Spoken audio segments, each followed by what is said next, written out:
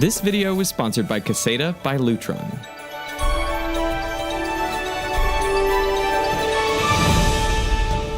According to the general theory of relativity, gravity is not a force. There are no gravitational fields. Gravity is kind of an illusion. And in this video, I will prove it to you by blasting off into outer space. In 3, 2, 1...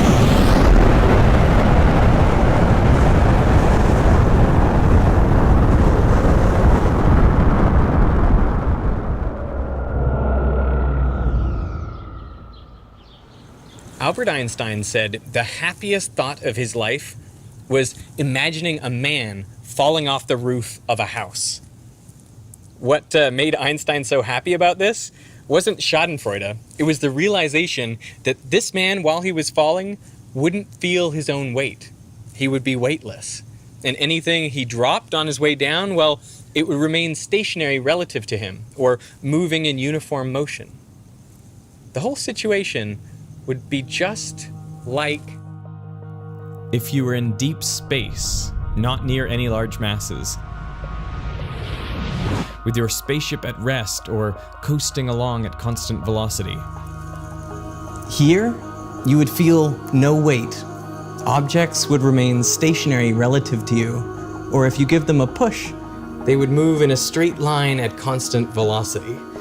And you would be the very definition of an inertial observer. You're not accelerating, not in a gravitational field. All the laws of physics apply in your reference frame, meaning there is no experiment you could do to distinguish your inertial reference frame from any other. Now here comes the big leap. Einstein looks at these two scenarios and says they are equivalent. Not just similar, physically they are exactly the same thing. Which means man falling from roof is not in a gravitational field. There are no gravitational fields. And he is not accelerating. He is an inertial observer just like Rocket Man. Whoa, whoa, whoa. I mean, okay, I can see how both of these observers feel weightless, but man falling from roof is clearly in a gravitational field. I mean, he's right next to the Earth, and he's obviously accelerating. His speed is increasing by 9.8 meters per second every second, a fact that will become painfully apparent when he crashes into the ground. I know that these two situations look very different, but Einstein's equivalence principle tells us the one thing to focus on, the experience of the observer. If they feel weightless, then they are in an inertial frame of reference, every bit as good as Rocket Man's out drifting through deep space. Imagine if Rocket Man, coasting along at constant velocity and not paying attention, comes upon a planet, a long way off in the distance.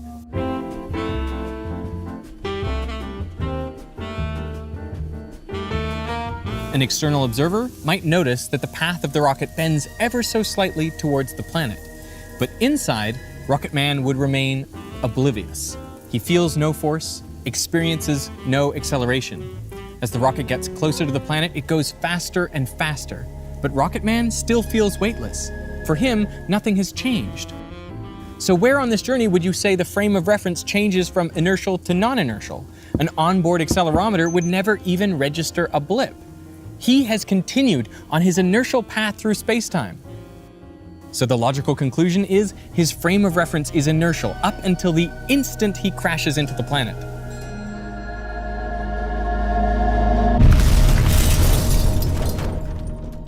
Okay, so how do you explain the curved path of his rocket without gravitational forces or gravitational fields? The answer is curved space-time. First, focus on Rocket Man's observation that the whole time he felt like he was moving with constant velocity in a straight line. He was moving in a straight line through space-time. But space-time around massive objects like planets is curved, so that's why his path appeared curved to a distant observer. Now this isn't as unusual as it seems. Airplanes, for example, always try to fly the shortest route between cities. Essentially, they just go in a straight line. But since the Earth's surface is curved, the shortest path doesn't look like a straight line. These shortest paths over curved surfaces are called geodesics, and we use that same word, geodesics, for the straight line paths followed by inertial observers through curved spacetime. Here's another analogy. Imagine you and a friend are standing 1,000 kilometers apart on the equator.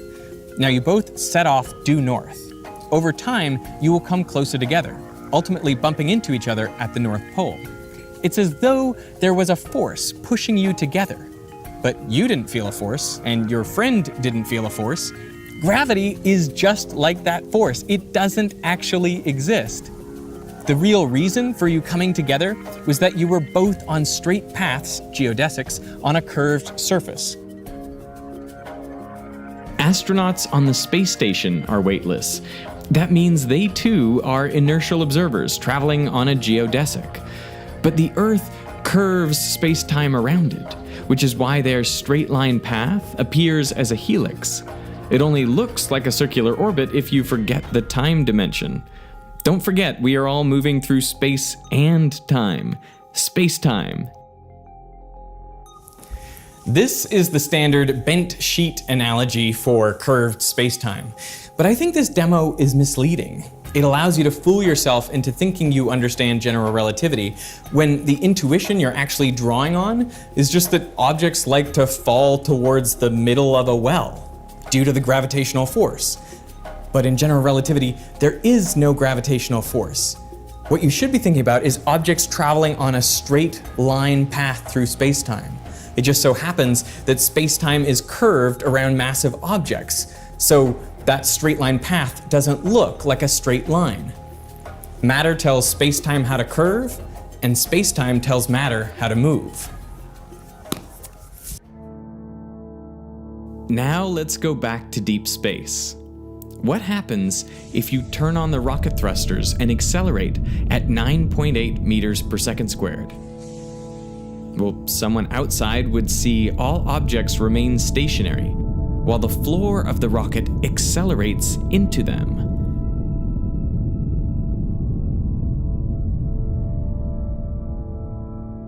Inside the rocket, everything would appear to accelerate down to the ground, and you would feel a force pushing up on your feet, the same force that's pushing up on you as you watch this video.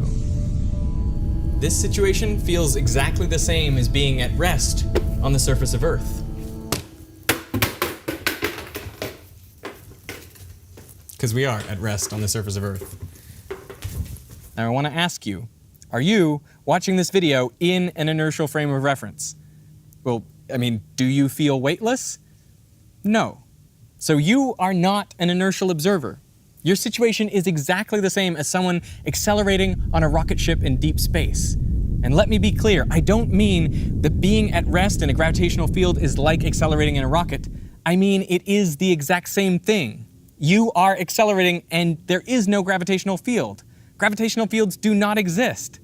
Now I know that sounds crazy, but come with me for a minute.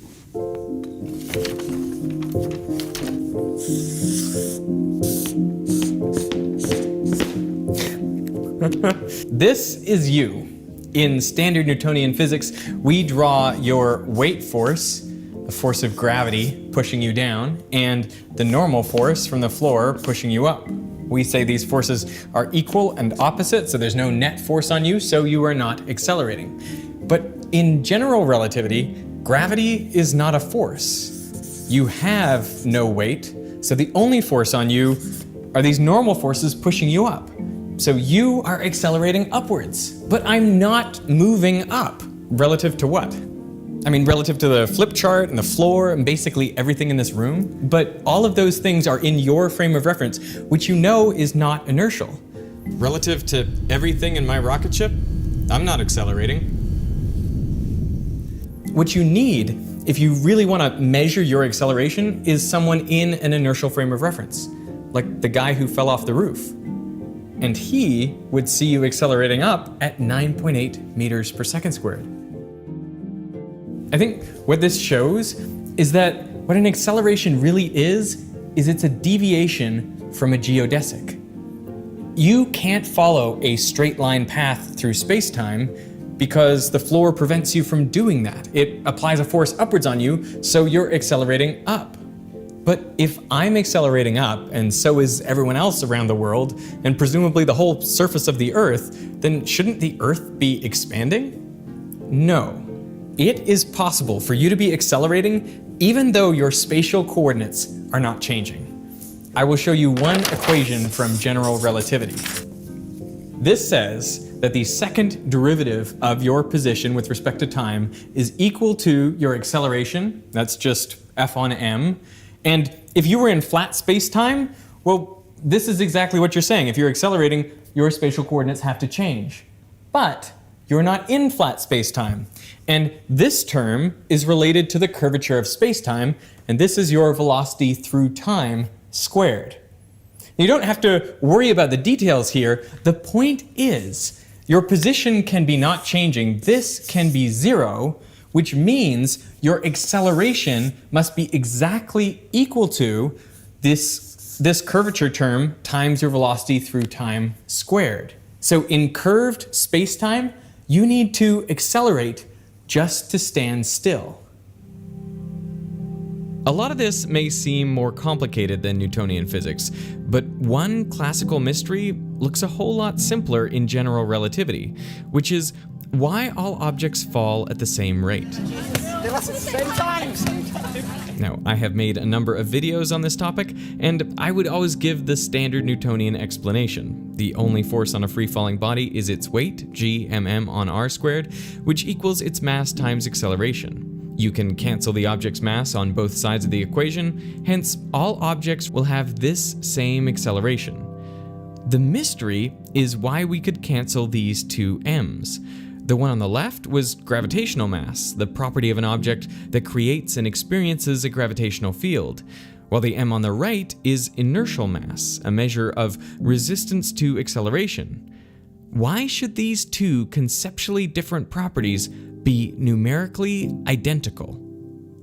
Scientists have spent a lot of time and effort experimentally testing down to around 1 part in 10 trillion that these two types of mass really are the same. But in general relativity, there is no mystery. All objects appear to fall the same way because, well, they're not accelerating. They're just following straight line paths through space-time until they encounter something that stops them. Like the objects in the rocket ship, they appear to accelerate at the same rate because they're not really accelerating. It's the floor accelerating into them. Now, a lot of this might seem pretty far-fetched, as it did back in 1915 when Einstein proposed it. So he very cleverly came up with a measurable prediction that scientists could make to test his theory. Imagine that this rocket ship is coasting through deep space. If you shine a light beam across the rocket ship, well, it'll do exactly what you expect. Light travels in a straight line and hits a point on the opposite wall at exactly the same height as the source. But now, what if this rocket is accelerating? Well, to an external observer, they're still going to see the same thing, light traveling in a straight line. But inside the rocket, during the time it takes for the light to travel across the cabin, the rocket will have sped up. So by the time it hits the other wall, it'll hit a little lower than before. So in an accelerating frame of reference, light deflects down. Here, I am dramatically exaggerating the effect. Even if I were accelerating up at 10 Gs, which would probably kill me, the deflection would be on the order of the width of a proton. Still, it shows that an accelerating frame of reference will bend light. So, Einstein reasoned, light must also bend when it passes a large mass. But where do you find a mass large enough? Well, the only obvious huge mass near the Earth is the Sun. So the ideal experiment would be to look at light passing just next to the Sun and see if it is deflected, say, light from distant stars. The problem was, of course, the Sun is just so bright you can't see stars right next to it, unless there is a total solar eclipse, which is exactly what happened in 1919. So Arthur Eddington set out to take pictures of the stars right next to the Sun during totality. And what he found by analyzing those pictures was that their positions appeared deflected by the precise amount predicted by Einstein's general theory of relativity. The result was twice the deflection some had calculated using a strictly Newtonian model. And general relativity has passed virtually every test put to it over the past 100 years or so. But there are still more things to try. A well-known and empirically validated finding is that accelerating charges radiate electromagnetic radiation. So one conceptually simple experimental test would be to compare the behavior of a stationary charge in a gravitational field to a free-falling one. If a more Newtonian picture of gravity is correct, well then the stationary charge should not radiate electromagnetic radiation, but a free-falling one is accelerating and therefore it should radiate. In contrast, general relativity sees the free-falling charge as non-accelerating, it's just going on a straight line path through curved spacetime, whereas the stationary charge is accelerating and therefore it should give off electromagnetic radiation. Now, thus far, logistical challenges have prevented anyone from actually carrying out this experiment, but what you believe will happen reveals what you truly think about the nature of gravity. Do you think that a freely falling charge will radiate electromagnetic radiation or not? Is gravity an illusion? This episode was sponsored by Caseta, and so I used the sponsorship money to have a rocket ship built. Caseta by Lutron makes the smart light switches in the rocket ship. They also make remotes, motion sensors, smart plugs, basically every smart switch you could use for turning things in your home on and off. But installing a smart switch isn't rocket science. Just turn off the power to the switch, detach the existing wires, and reconnect them to the Caseta smart switch. What's great about smart switches as opposed to smart bulbs is one switch often controls multiple bulbs, so you can save money by replacing only the switch. And they connect to most smart devices like Alexa, Google Assistant, and Apple HomeKit. And you can control them via an app on your phone. So if you forget to turn off the lights in the rocket, no need to go back, just turn them off in the app. You can also use the app to set up schedules, turning the lights on when it goes dark. This gives you peace of mind knowing your family will always come home to a well-lit house. Now, we may not have personal rockets yet, but we have smart switches, and the smart choice for these devices is Caseta by Lutron.